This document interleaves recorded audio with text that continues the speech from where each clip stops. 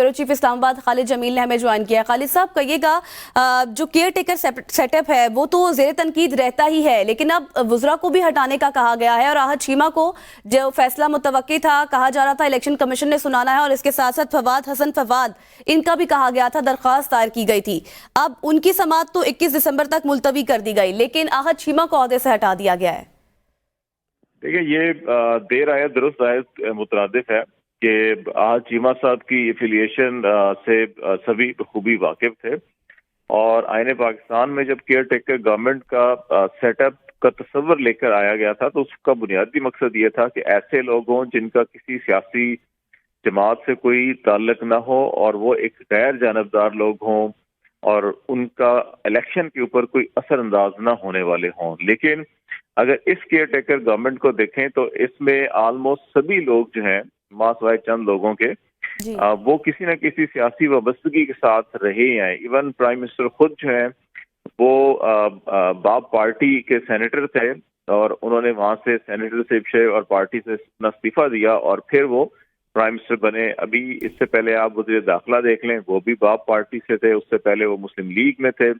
और अभी उन्होंने जैसे ही शेड्यूल अनाउंस हुआ तो उन्होंने रिजाइन दिया और फिर अब जाके वो पीपल्स पार्टी में शामिल हुए। गुज़श्ता रोज उन्होंने आसिफ ज़रदारी साहब से मुलाकात की तुरबत में,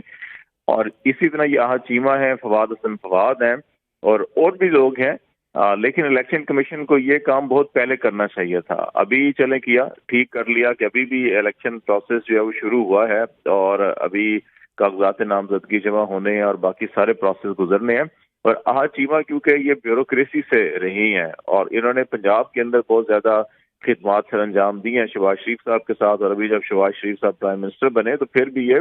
वफाक में भी ये उनके साथ रहे और अभी केयर टेकर सेटअप में भी उनको रखा गया। तो आहत चीमा ने एस्टैब्लिशमेंट डिवीजन जो है उसको देख रहे थे और एस्टैब्लिशमेंट डिवीजन ने ही मुतअद्दिद उन अफसरान के तबादले नहीं किए जिनके बारे में इलेक्शन कमीशन ऑफ पाकिस्तान ने मुतअद्दिद बार खतूत लिखे एस्टैब्लिशमेंट डिवीजन को, वफाकी हुकूमत को, जिनमें डिप्टी कमिश्नर और IG इस्लामाबाद भी शामिल है, कि ये इलेक्शन प्रोसेस के ऊपर असरअंदाज हो सकते हैं, या इलेक्शन कमीशन का ये ख्याल था कि ये आज़ाद या इंडिपेंडेंट नहीं है, ये गैर जानबदार नहीं है। लेकिन एस्टैब्लिशमेंट डिवीजन ने उनके तबादले के अहकाम भी नहीं जारी किए थे और उस मिनिस्ट्री को सुपरवाइज आहत चीमा साहब ही कर रहे थे। तो अभी ये एक तो ये हवाला है। दूसरा जो है कि आहत चीमा साहब ने जब से केयर टेकर सेटअप के अंदर इनको जिम्मेदारी मिली है और वफाकी वजीर के बराबर इनको ओहदा दिया गया, इनके ऊपर लाजिम था कि ये जो गोशवारे हैं अपने असासे वो जमा करवाएं इलेक्शन कमीशन में। इन्होंने वो भी जमा नहीं करवाए थे